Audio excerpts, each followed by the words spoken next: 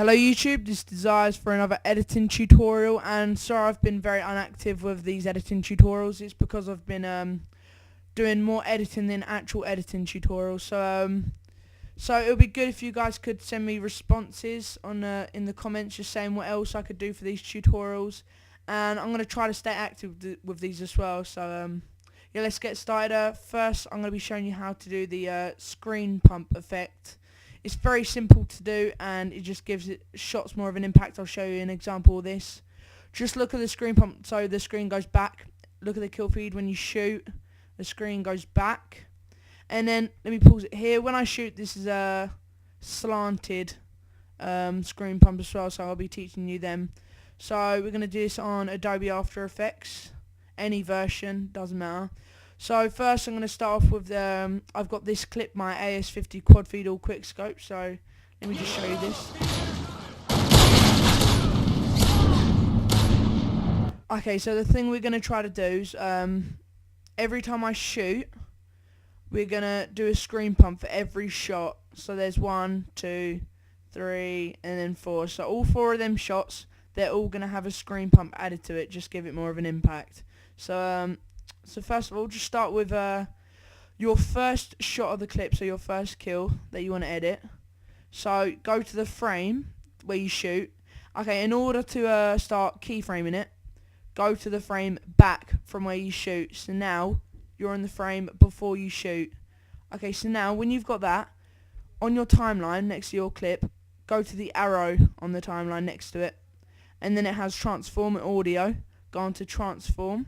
Then it has all these options, the stopwatches and the numbers, so we're going to be concentrating on the scale and rotation. So first we're going to be doing this scale, so we're going to do the thing where the screen gets bigger, and then after a couple of seconds it will go back to its original size. So to start us off, to animate it, we want to press the stopwatch sign next to scale, and then it will come up with this marker here under your main video.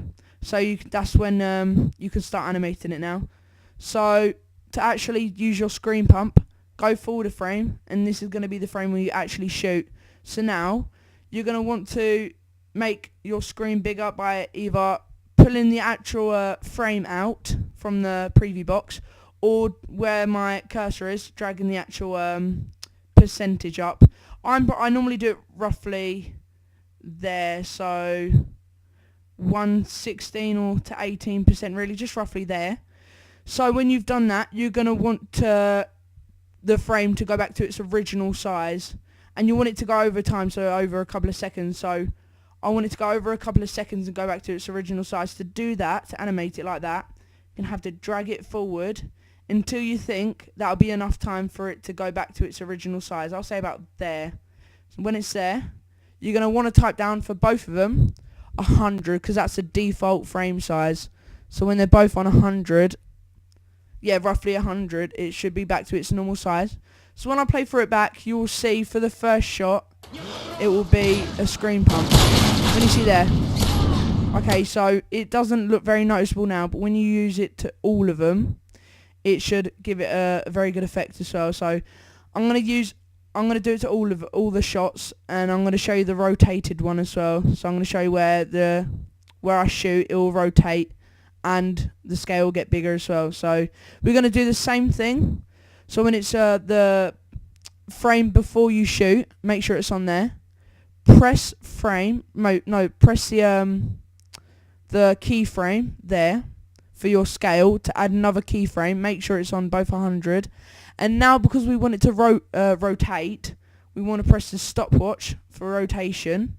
And now it's got a keyframe on the same frame, and it's got scale and rotation there, so it's going to have an effect on both of them options. So now we're going to go forward a frame to where I actually shoot, and now we're going to drag this up to the same amount, really, probably 117 or 18, so that's good enough. And now we want it to rotate as well, because we're on the same frame as this. We're going to rotate this until make sure it's not like that, so you can see the black background. Make sure it's roughly there, so you can't see the black background, and it's just slightly slanted. When that's happened, just drag it for how long you want it to go for, to go back to its original frame, probably about there. So I'm going to go back to 100 as the default for the scale,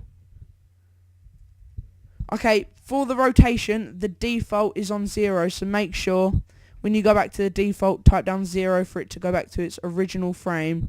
So if I go on it now, you would see a screen pump for the first one, and then a rotation for the second one. Yeah, so that's the basics. So if you want to do it for all the shots, it will give it a really nice effect. So I'll just tell you the basics really. So if you enjoyed this tutorial and you want to see more, please subscribe and like my videos and comment with more suggestions.